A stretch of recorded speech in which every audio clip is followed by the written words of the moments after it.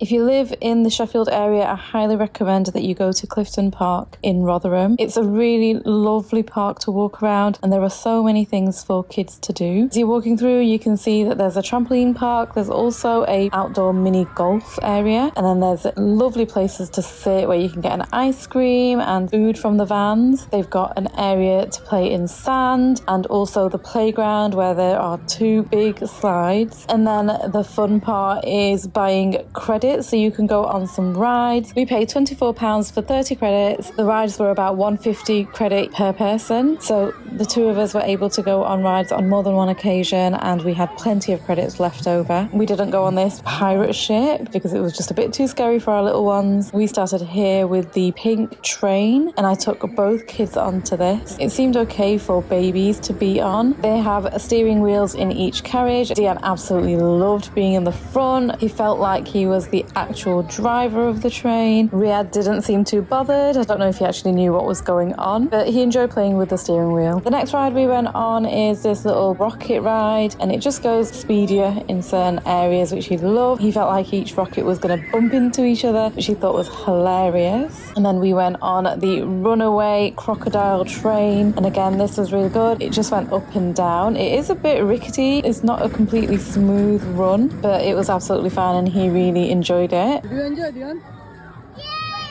And then we went on the swings. I was a bit apprehensive about this one because he's never done this on his own, so I was a bit scared, but he loved it. I think it was his favourite ride in the end. He then went on a boat ride. He really couldn't steer this boat at all, and there was somebody behind him just pushing that boat along. He was more interested in splashing the water, and he got so wet coming off this ride, so I do recommend you go on it at the end. After that, we went on the bumper cars. I loved bumper cars growing up, and all he wanted to do was drive, so he wasn't very happy on this.